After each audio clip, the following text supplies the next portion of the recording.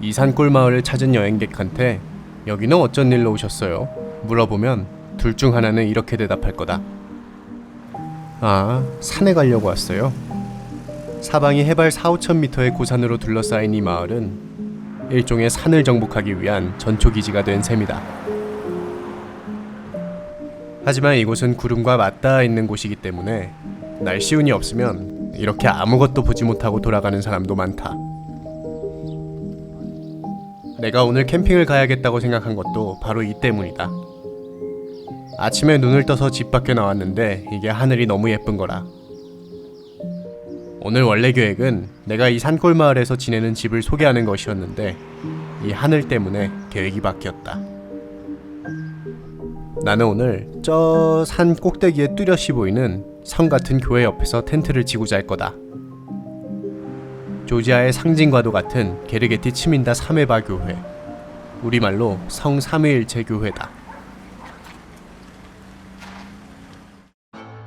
자, 그러면 간략히 오늘의 등산 경로를 지도를 통해서 살펴보도록 하자.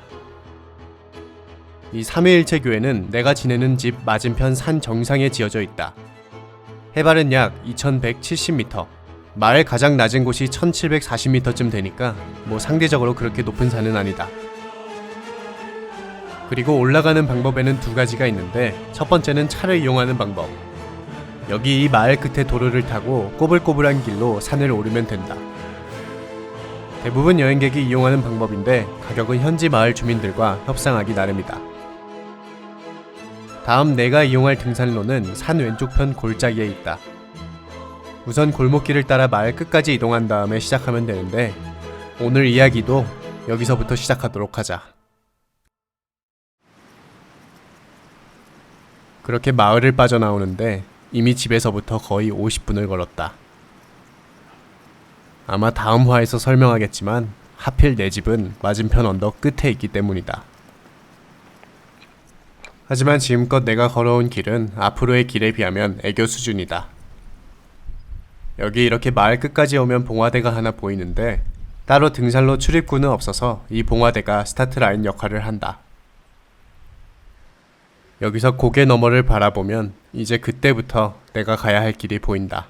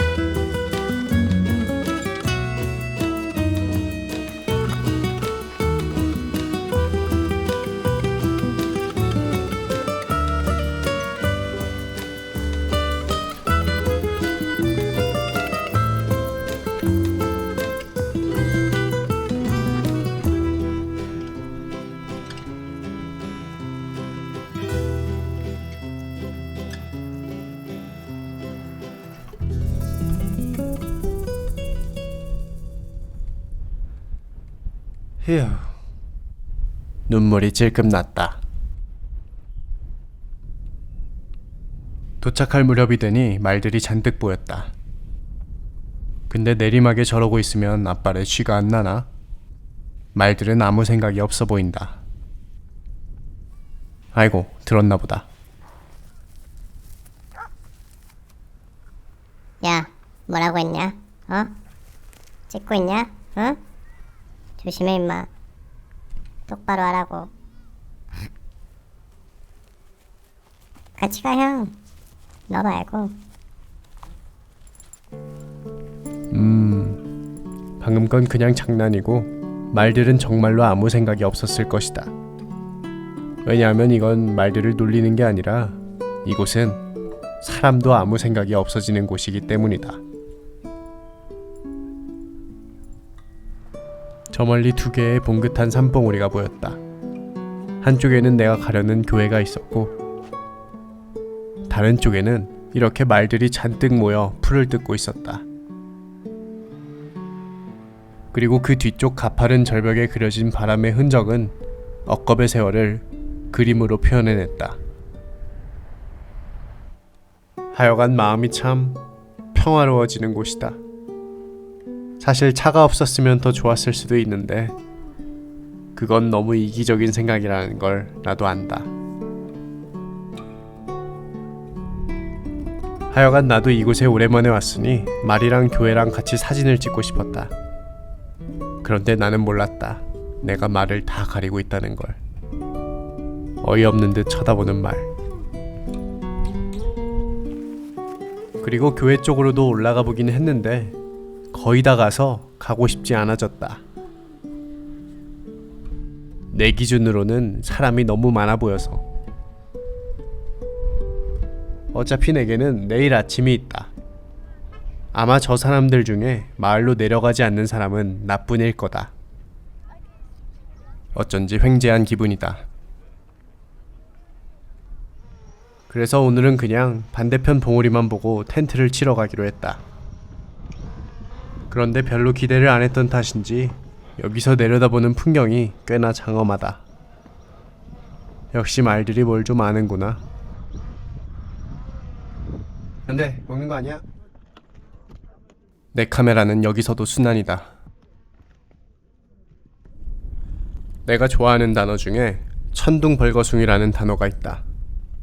우르르 쾅쾅 천둥이 치는 곳에서도 벌거벗고서 이리저리 광적으로 뛰어다닐 놈. 여기 말들은 천둥벌거숭이 같다. 뭐 나쁜 의도는 아니고 그만큼 말들이 자유로워 보인다. 만약 다음 생에 말로 태어나게 된다면 여기가 딱 좋겠다. 여기저기 친구들도 많으니까.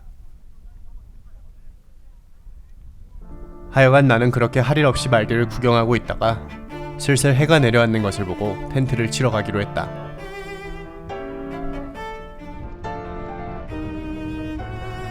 나는 우선 교회에서부터 최대한 멀어지기로 했다.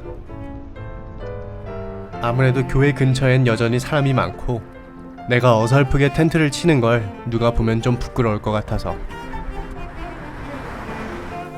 그러나 그 전에 우선 옷부터 더 챙겨 입는다.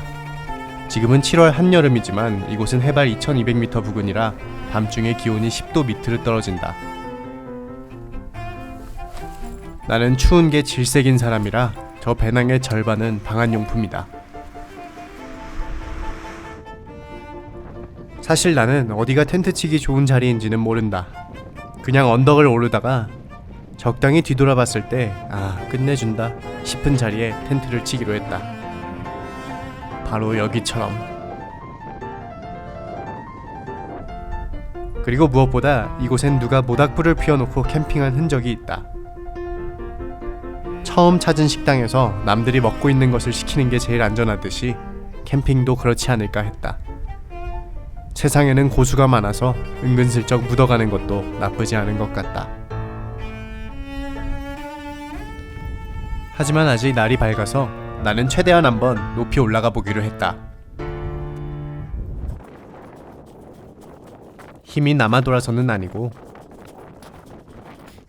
정말 폭염주의보가 떨어진 날 마당 강아지처럼 헥헥대며 올라갔다.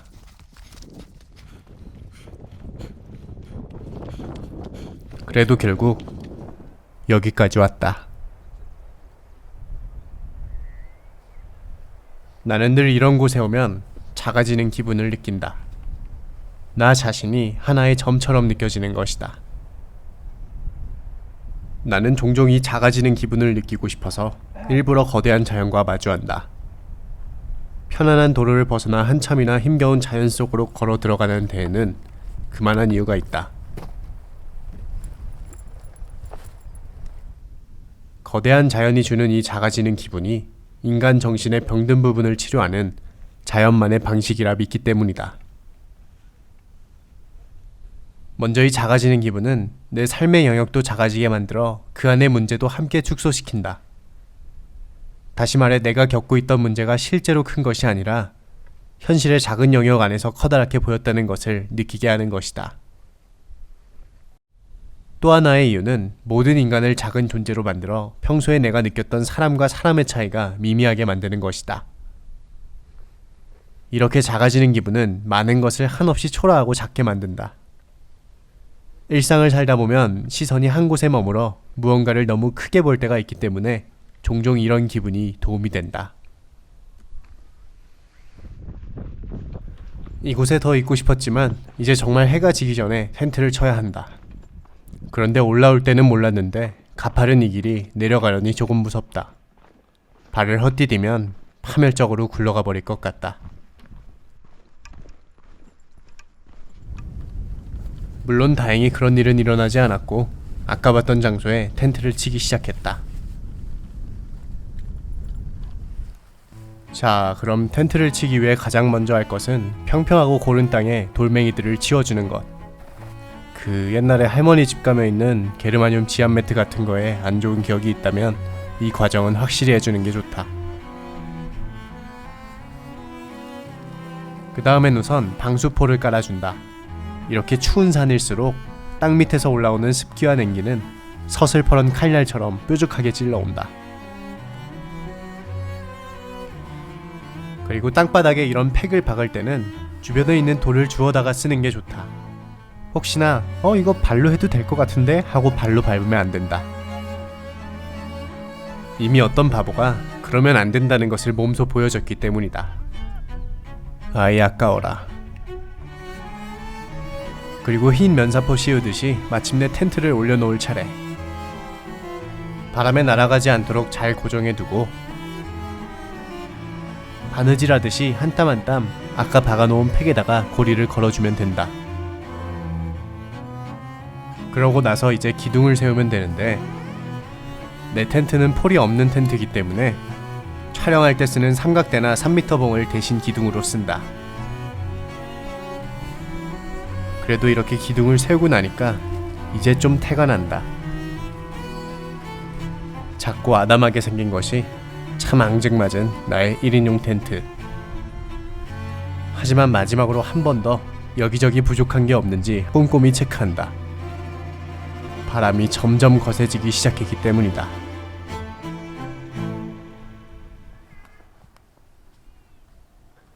촬영하면서 설치하느라 한 30분 정도 걸린 것 같다.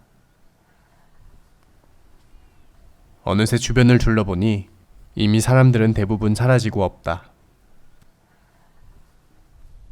비로소 내 시간이 온 것이다. 늘 미세한 소음 속에서 살아가는 도시인에게 침묵은 무척이나 반가운 소리다. 나는 세상이 이렇게나 조용해지는 것이 늘 묘하고 신기하다.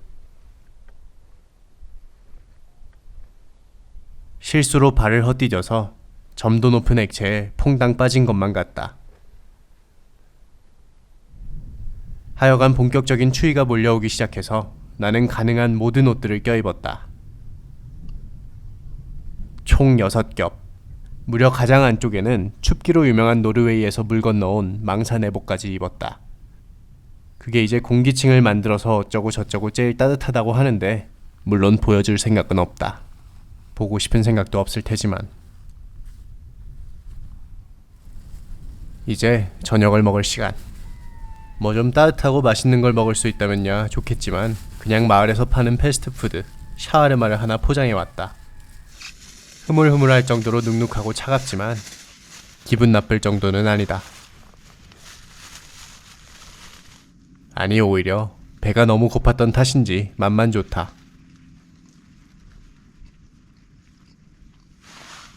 다만 뭐랄까 이게 어쩐지 좀 쓸쓸하고 초라해 보일 것만 같았달까.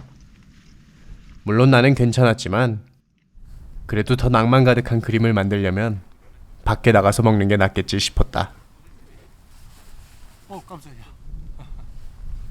놀라서 일보 후퇴.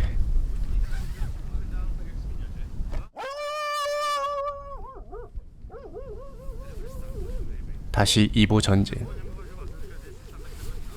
아무래도 문단속은 철저히 해야겠다.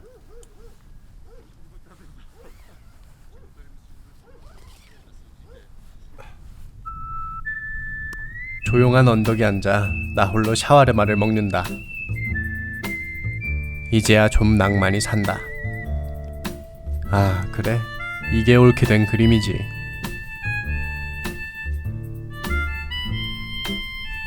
외롭다거나 쓸쓸하지는 않다.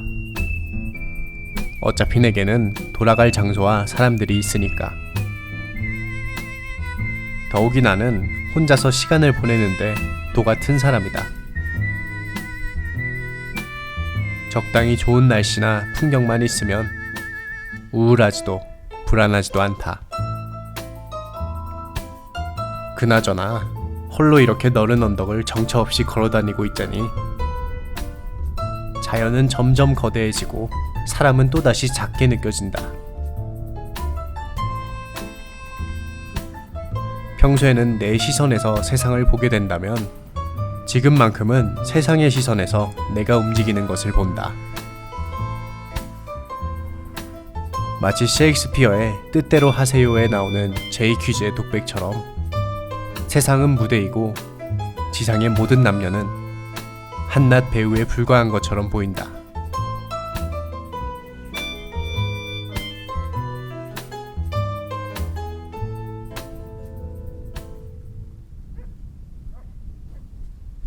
이제 잠에 들 시간.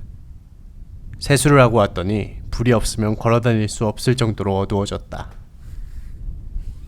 그리고 지독하게 춥다. 골이 저릴 정도로 춥다. 얼른 누에고치처럼 좁은 침낭 속에 파고들고 싶었다.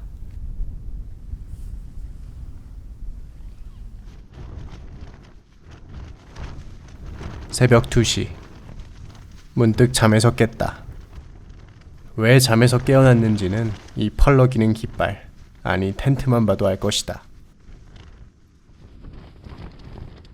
나는 이 시간만 되면 정말 지구 위에 나 혼자만 살아 숨쉬는 것처럼 느낀다. 그래서 조금 무섭기는 해도 이 특별한 시간이 즐겁다. 내 스스로 굉장히 강한 사람이 된 기분이다. 무엇에도 의지하지 않고 온전히 홀로 어둠을 버틸 수 있는 사람. 그러니 집채만한 거인이 텐트를 부여잡고 뒤흔들고 있다 해도 나는 무서워하지 않을 것이다. 오히려 나는 나가서 별을 봐야겠다는 생각을 했다.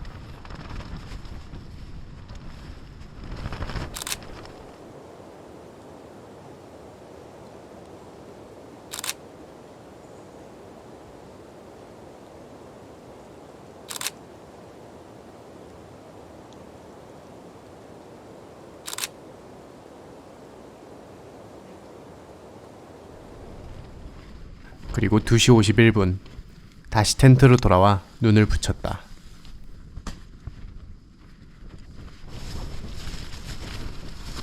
세 시간 뒤 잠에서 깼는데 바람은 여전히 많이 불고 있다.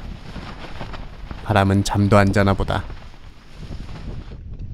나는 일어나자마자 어제 가보지 못한 교회에 갈 채비를 했다. 그런데 나와서 보니까 텐트 뒤에 있는 설산이 빛나고 있다. 그것도 아주 황홀한 섬광처럼. 빛나는 부근 말고는 여전히 어둠에 잠겨있기 때문에 마치 금박지에 쌓인 키세스 초콜릿이 하늘에 둥둥 떠있는 것 같았다. 그래서 나는 그 금박지가 벗겨지고 나서야 천천히 교회로 향했다.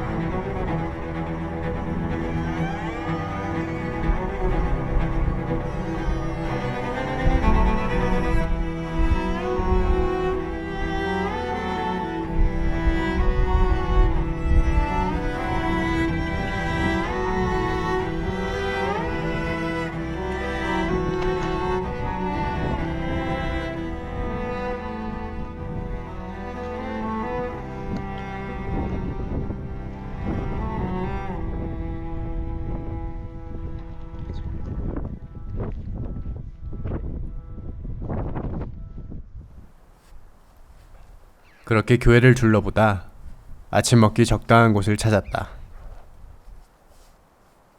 이 정도면 거의 지구상에서 가장 완벽한 아침 아닐까? 왜냐하면 오늘은 평일이니까. 아, 그리고 내가 아침으로 준비해온 건 뭐냐면 한번 맞춰보시라. 아마 봉지를 뜯기도 전에 이렇게 뚝뚝 쪼개서 먹는 음식은 하나밖에 없을 거다. 산골마을 들어오기 전 도시에서부터 애지중지 모셔온 생라면이다. 아침부터 무슨 생라면이야 하고 생각할 수도 있지만 여기가 지금 아침 7시니까 한국 시간으로는 점심 12시다. 이건 변명이 안 되려나. 그냥 나는 생라면을 좋아한다. 어쩌면 소소한 일탈이라고 할까. 그러고 보면 초등학교 저학년 시절 언젠가 학교가 빨리 끝나서 급식을 주지 않는 요일이 있었다. 그날은 종례가 끝나고 나면 몇몇 아이들이 늘 가방 깊숙한 곳에서 라면 봉지를 꺼내 들었다. 이른바 생라면 시식회로 불리던 그 시간은 집에서 불량식품을 금지한 친구들도 모두 참가하는 소소한 일탈의 현장이었다. 엄마 몰래 라면을 가져온 아이들을 중심으로 3355 모여들어 함께 생라면을 입에 털어 넣었다. 나는 원래 그 시간을 싫어했다. 당시에 나는 눈만 마주쳐도 부끄러워 어쩔 줄 모르는 소심한 아이였기 때문이다. 지금도 딱히 대범한 성격은 아니지만 그때는 누군가 생라면 같이 먹을 사람 하고 소리쳐도 수줍어서 손을 들지 못할 정도였다.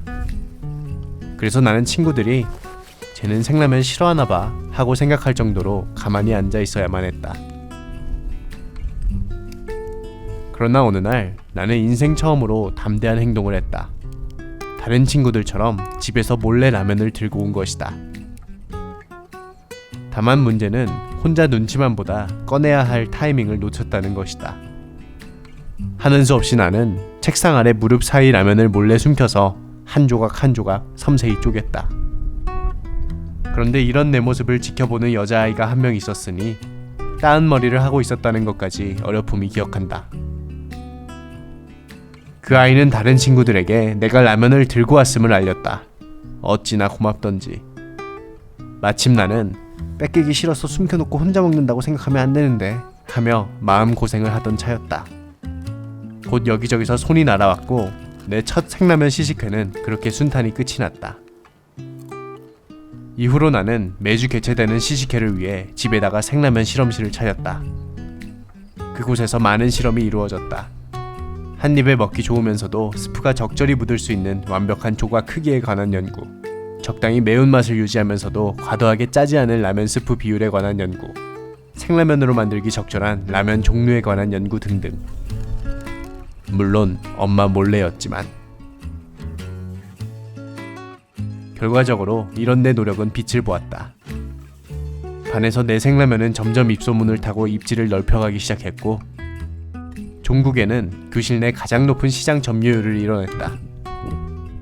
처음으로 느낀 인기의 맛은 참으로 달콤했다. 그러니 생라면이 내 수줍음 많은 성격을 조금은 바꿔놓았다고 해도 과언이 아니다. 말이 길어졌다.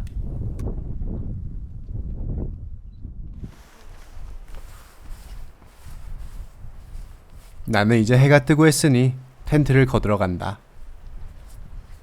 어쩐지 어제보다 날씨가 더 좋은 것 같다. 그리고 무엇보다 이제 더는 춥지 않다. 햇살이 이렇게나 소중한 것인지 해가 뜨고 나서야 한다. 게다가 다리도 이렇게 롱다리가 됐다. 오, 어제 나를 놀라게 했던 강아지도 깨어났다. 아침이라 그런지 어제보다 기분이 좋아 보인다. 그땐 놀래서 미안. 다시 돌아온 텐트는 그 자리에 무사히 있었다. 사실 아까 교회에서 보는데 내 텐트 주위에 소가 10마리는 둘러싸고 있어서 혹시나 빈집털이라도 하나 싶었다. 정말 그래 보이지 않습니까? 하여간 하루 동안 정이 들어서 그런지 막상 또 거두려니까 아쉽다. 지나가는 사람도 멈추게 만드는 내 근사한 텐트. 하하하, 마음껏 둘러보시죠. 그래도 여기서 집까지 걸어가려면 3시간 가까이 걸리는 데다 무엇보다 물이 떨어졌기 때문에 나는 얼른 짐을 정리하기 시작했다. 겨우 하루 묵었을 뿐인데 살림살이가 참 많다. 그래서 금세 지쳐가지고 누워가지고 이러고 있다. 공부하다 이러면 꼭 잠이 들었었는데. 만사가 귀찮다. 하루만 더 자고 갈까? 근데 물은 어쩌지? 아까 개울 가서 떠오면 되지 않을까? 별 생각을 다 했다. 그렇지만 역시 더 이상은 늦장 부릴 수 없지. 나는 사람들이 더 올라오기 전에 얼른 텐트를 걷기로 했다. 조금 추웠던 것만 빼면 더할 나위 없이 완벽한 캠핑이었다. 나는 서울에서부터 머릿속에 이런 그림을 그려왔었는데 이제야 붓질을 끝낼 수 있어서 기쁘다. 물론 배낭을 메고 산에 올라 텐트를 치는 건 사서 하는 고생이 맞다. 하지만 사람은 이따금 고생하는 자신의 모습을 보며 만족감을 얻는다. 더욱이 그것이 자신의 의지로 시도한 것이라면 뿌듯함은 배가 된다. 나는 그런 악전고투와 고생이야말로 살면서 느닷없이 찾아오는 불행에 버틸 단단한 맷집이 된다고 믿는다. 나는 하루를 살아도 내가 세운 목표를 이루며 살고 싶다. 그리고 무엇보다 생각을 현실로 이뤄내는 것만큼이나 내가 멋져 보일 때가 없다.